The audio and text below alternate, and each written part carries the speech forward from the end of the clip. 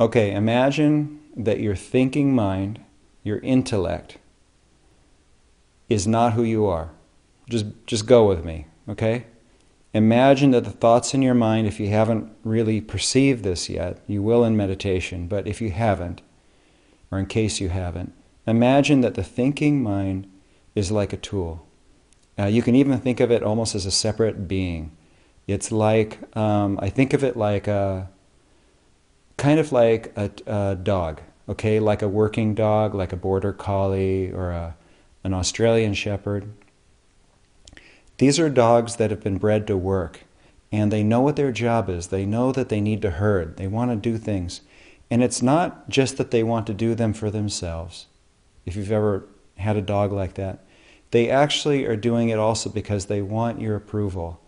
They want to be useful. They want to know that they did the right thing. They've got little egos, okay? And so this is their way. It's like their service.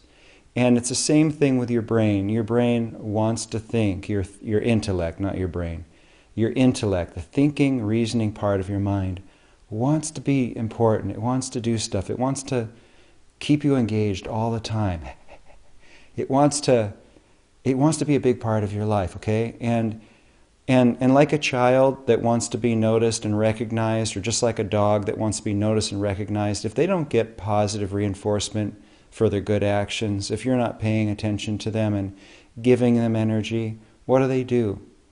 They'll find ways to get your attention. And if you're not, if you're mentally, you're not there with it, you're not paying attention, you're distracted, they're going to find a way to get your attention back, and it'll often be through negative behavior. Whether it's a dog or a kid. Sorry, I kind of see them as the same. I love them both. Okay? And so it's the same thing with your mind. If your mind can't impress you and get your attention and feel like your partner, it's going to go against you. It's going to do all kinds of things to get your attention. It's going to grab a crummy song that it heard at the store, or it's going to start getting all mental about negative things from your past that you don't even want to think about, because it wants to be important and it wants to be engaged. This is directly related to your ego. Okay, but won't go there.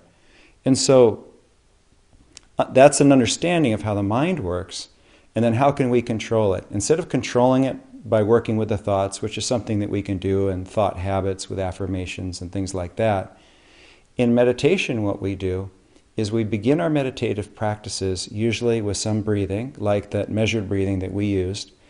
And that breathing, what we're doing is we're controlling the breath. And you know from practicing already that when we control the breath, what happens? When we calm the breath, what happens? The mental state becomes a little bit calmer. And the more we're able to calm the breath and smooth the breath and relax the breathing, the more the mind becomes relaxed. Okay, Paramhansa Yogananda said, as the breath flows, so flows the mind. And that's what we're experiencing. And the same thing is true. As the mind flows, so flows the breath. If you're panicking, you're hyperventilating. If you're fearful, you're not breathing smoothly. Okay? So we know this from everyday life.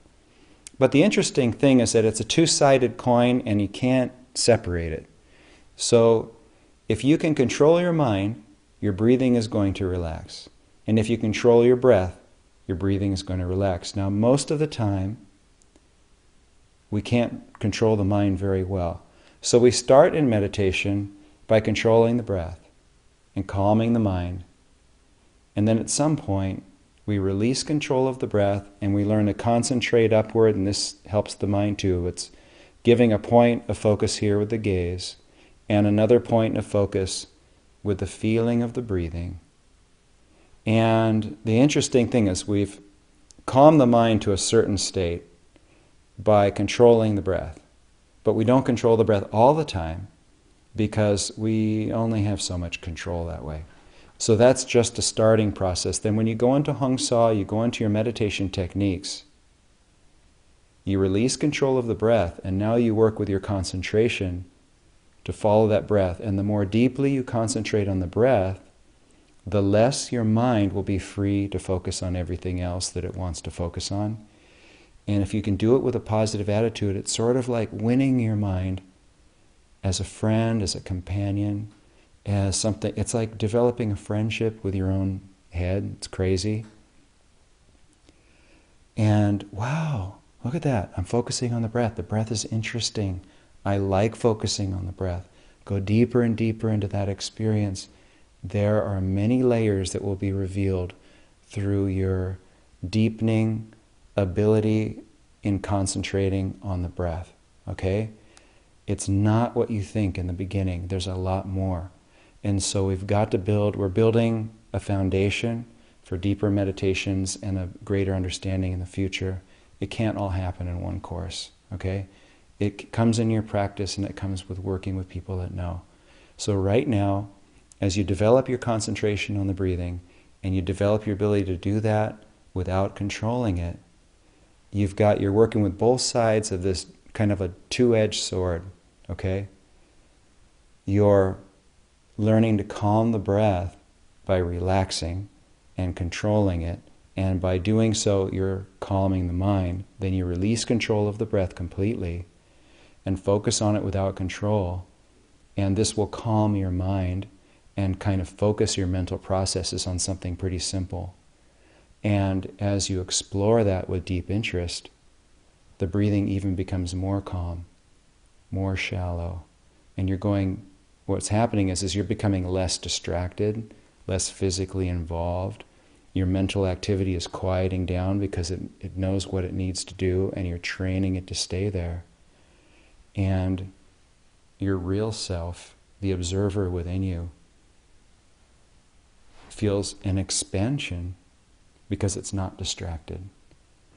The beauty of meditating this way is that you're going to learn how to control your reactions, your emotions, your feelings, and your mental processes in a way that isn't destructive. It's totally harmonious with your human and your spiritual makeup.